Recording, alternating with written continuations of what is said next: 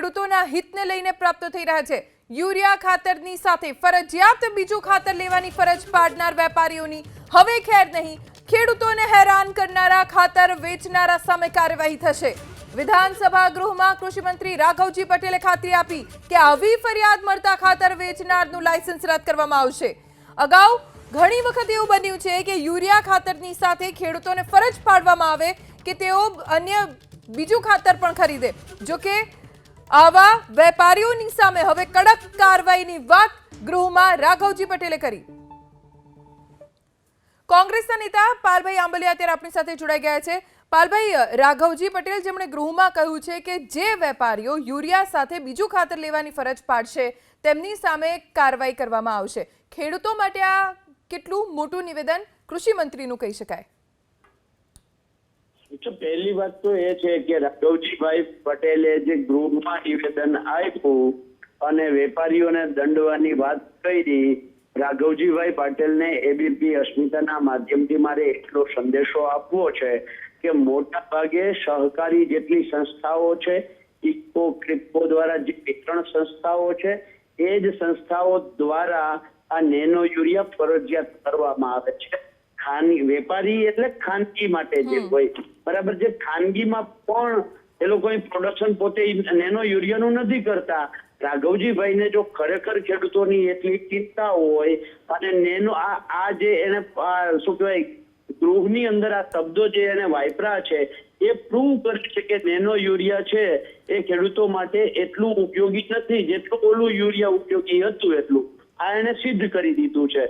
તો કેન્દ્ર સરકારને રાઘવજીભાઈ જો ખરેખર ખેડૂતોને મદદ કરવા માંગતા હોય તો ગૃહમાં એક ઠરાવ પસાર કરે અને કેન્દ્ર સરકારને એ ઠરાવ મોકલે કે ગુજરાતમાં અમે નેનો યુરિયા ક્યાંય કરતા ક્યાંય વાપરશું નહીં, ખેડૂતોને આપશું નહીં। હવે નેનો યુરિયા તમારે અહીંયાથી વિતરણ સંસ્થામાંથી જે જગ્યાએથી દાખલા તરીકે ઇફકો સિક્કામાંથી જાય છે તો ત્યાં નેનો યુરિયા ફરજિયાત ટ્રકની આરે જેટલી બોટલ હોય એ પ્રમાણે એટલી બોટલ ફરજિયાત આપી દેવામાં આવે છે। માની લો કે 4 જગ્યાએ એક નેનો યુરિયાની નાની બોટલ ફરજિયાત હોય તો એ ટ્રકમાંથી એ પ્રમાણે બોટલ આપવામાં આવે છે, ફરજિયાત આપવામાં આવે છે। તો રાઘવજીભાઈ, તમે સરકારમાં બેઠા છો, તમે કૃષિ મંત્રી છો, આવો વાત કરવાના બદલે ગૃહમાં જ તમે કહી દો કે નેનો યુરિયા ગુજરાતમાં સદંતર વિતરણ જ બંધ રહેશે, એટલે ઓટોમેટિકલી આખા ગુજરાતની અંદર કોઈ વેપારી પાસે, કોઈ વિતરણ સંસ્થા પાસે, કોઈ વિતરક પાસે આ નેનો યુરિયા જશે નહીં અને આ પ્રશ્ન ઉભો થશે નહીં। તમારા દેખાડવાના દાંત અલગ છે અને ચાવવાના દાંત અલગ છે। તમે ટૂંકમાં એક બાજુ એમ કહો છો કે નેનો યુરિયા કોઈ વિતરણ કરશે તેના ઉપર કાયદેસરની કાર્યવાહી થાય અને બીજી બાજુ તમે જ પાછા એ નેનો યુરિયા ફરજિયાત કરાવડાવો છો। જી પાલભાઈ, આપ જોડાયેલા રહેજો। આપણી સાથે કિસાન મોરચાના મહામંત્રી હિરેનભાઈ હિરપરા પણ જોડાયેલા છે। હિરેનભાઈ, પાલભાઈની આપે વાત સાંભળી હશે, તેમનો સીધો આરોપ છે કે કૃષિ મંત્રીના દેખાડવાના અને ચાવવાના દાંત અલગ છે। રાજ્યની અંદર ભારતીય જનતા પાર્ટીની સરકાર ખેડૂતોના જે કોઈ વિષયો હોય એ વિષયોની ઉપર હંમેશા એ જાગૃતતા દાખવી અને જ્યારે ખેડૂતોની રજૂઆતો આવતી હોય એ બાબત કામ કરતી હોય છે। ખેડૂતોને સમયસર યુરિયા ડીએપી મળી રહે એ માટેના પ્રયાસ હંમેશા સરકારના રહ્યા છે અને ખેડૂતોને પણ સંતોષ છે કે જે ફર્ટિલાઇઝર ખેતીમાં જોઈએ છે એ સમયસર મળી રહે છે।